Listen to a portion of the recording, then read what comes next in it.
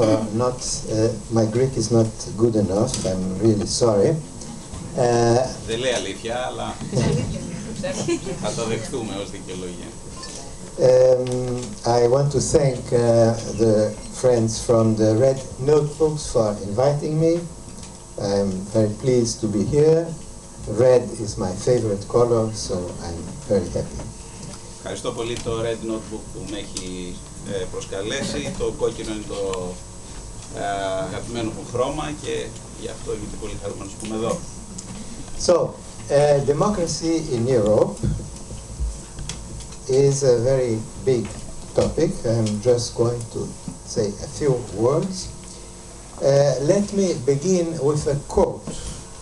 It's an old quote from 1906, from an essay on bourgeois democracy in Russia, just after the defeat of the First Russian Revolution. Η δημοκρατία στην Ευρώπη είναι ένα πάρα πολύ μεγάλο θέμα, πολύ μεγάλο ζήτημα. Θα αρχίσω με ένα απόσπασμα από ένα κείμενο για την αστική δημοκρατία στη Ρωσία, γραμμένο το 1906, αμέσως μετά την ήττα της Ρωσικής Επανάστασης. So, it says, quote, yeah? It is highly ridiculous to believe that there is an elective affinity between grand capitalism today, as it is presently imported into Russia and well established in the United States, and democracy or liberty in all the possible meanings of the word. The real question should be, how are these things, democracy and liberty, even possible in long term under capitalist domination? Question mark. Είναι, το μου έχει δώσει, αλλά είναι ιδιαίτερα γελίο να πιστεύει κανείς ότι υπάρχει μια επιλεκτική συγγένεια ανάμεσα στο μεγάλο καπιταλισμό σήμερα και όπως έχει εισαχθεί στη Ρωσία και όπως έχει εγκατασταθεί στις Ηνωμένες Πολιτείες και στη δημοκρατία ή στην ελευθερία με όλες τις δυνατές έννοιες της λέξης. Η πραγματική ερώτηση θα πρέπει να είναι πώς όλα αυτά τα πράγματα μπορεί να είναι δυνατά μακροπρόθεσμα κάτω από την καπιταλιστική κυριαρχία. Now, who is the author of this very insightful comment? It could be Lenin, it could be Trotsky, it could be perhaps Plekhanov, but it's not. The author is called Max Weber. He's a bourgeois sociologist. Θα μπορούσε να... αυτό το απόσπασμα θα μπορούσε να έχει ελεγχθεί από τον Τρότσκι, τον Λένιν ή τον Πλεχάνοφ, αλλά στην πραγματικότητα είναι κάτι που έχει πει ο πολύ γνωστός αστός κοινωνιολόγος, ο Max Weber. Although Weber never developed this insight, he's suggesting here that there is an intrinsic contradiction between democracy and capitalism. Παρόλο ότι ο Βέμπερ ποτέ δεν ανέπτυξε αυτή την διάσταση, αυτή την άποψη, εδώ υποστηρίζει ότι υπάρχει μια εν γενής αντίφαση ανάμεσα στον καπιταλισμό και στη δημοκρατία. Now, the history of the 20th century seems to confirm this contradiction. Very often, when the power of the ruling classes seems to be threatened by the people, democracy was pushed aside as a luxury that one couldn't afford and replaced by fascism in the 20s and 30s in Europe or by military dictatorship in Latin America in the 60s and 70s. Η ιστορία του 20ου αιώνα επιβεβαιώνει αυτή την άποψη πολύ συχνά όταν απειλείται η εξουσία της κυρίαρχης των κυρίαρχων τάξεων από το λαό. Η δημοκρατία παραμερίζεται σαν πολυτέλεια και αντικαθιστάται από το φασισμό όπως έγινε στην Ευρώπη στη δεκαετία του 20 και του 30 ή από δικτατορίες, στρατιωτικές δικτατορίες στη Λατινική Αμερική τη δεκαετία του 60 και του 70. Fortunately enough, this is not the case of Europe today.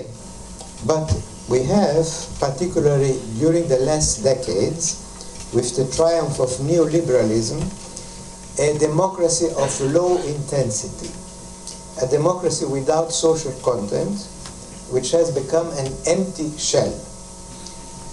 Sure enough, we still have elections, but there seems to be only one party, which I call the UMP, the United Market Party.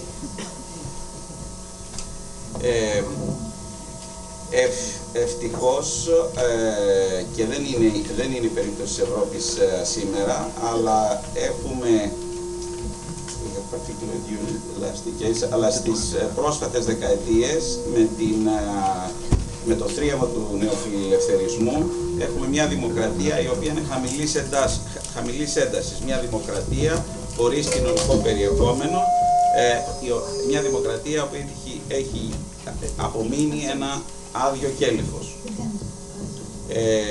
Βέβαια, έχουμε ακόμα εκλογές, αλλά φαίνεται ότι οι εκλογές γίνονται στη βάση ενός κόμματος, το United Market Party, το κόμμα της Ενωμένης Αγοράς. This United Market Party has two variants which have only limited differences. The right-wing neoliberal version and the left-center social liberal one. Υπάρχουν δύο εκδοχές αυτού του κόμματος, μία δεξιά εκδοχή και μία κέντρο-αριστερή, η οποία είναι η σοσιαλφιλελεύθερη εκδοχή. The decline of democracy is particularly visible in the oligarchic functioning of the European Union, where the European Parliament has very little influence, while power is firmly in the hands of non-elected bodies, such as the European Commission or the Central European Bank. Η πτώση η απομείωση, αν θέλετε, της δημοκρατίας είναι προφανής με την ολιγαρχική λειτουργία της Ευρωπαϊκής Ένωσης, όπου το Ευρωπαϊκό Κοινοβούλιο έχει πολύ μικρή επιρροή και η ουσιαστική εξουσία βρίσκεται σε μη εκλεγμένα σώματα, όπως είναι η Ευρωπαϊκή Επιτροπή και η Κεντρική Τράπεζα. Δεν ακούγομαι. Από εκεί αυτό. Ναι. Να το παίρνει ο Μιχάλης στο μικρόφωνο ή ακούτε? Για να μην καθυστερούμε, νομίζω ότι εντάξει θα ανοίξει το λόγο. Ναι, εντάξει. According to Gian Domenico Maglione, professor of the European Institute of Florence and one of the semi-official theoreticians of the European Union, Europe needs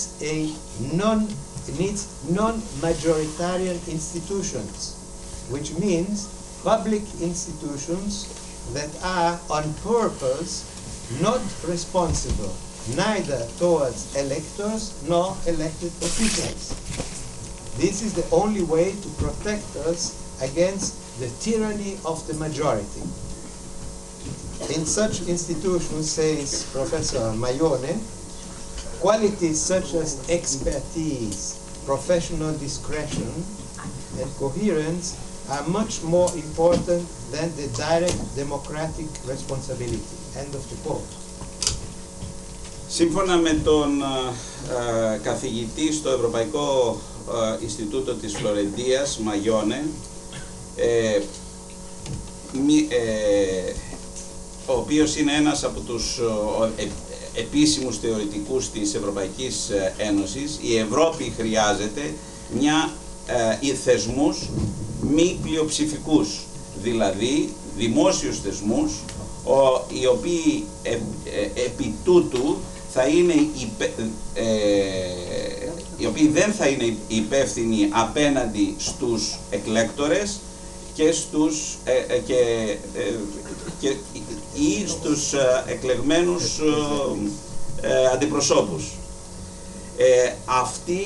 Αυτός είναι ο μόνος τρόπος για να προστατευτούμε, λέει, απέναντι στην τυραννία της πλειοψηφίας.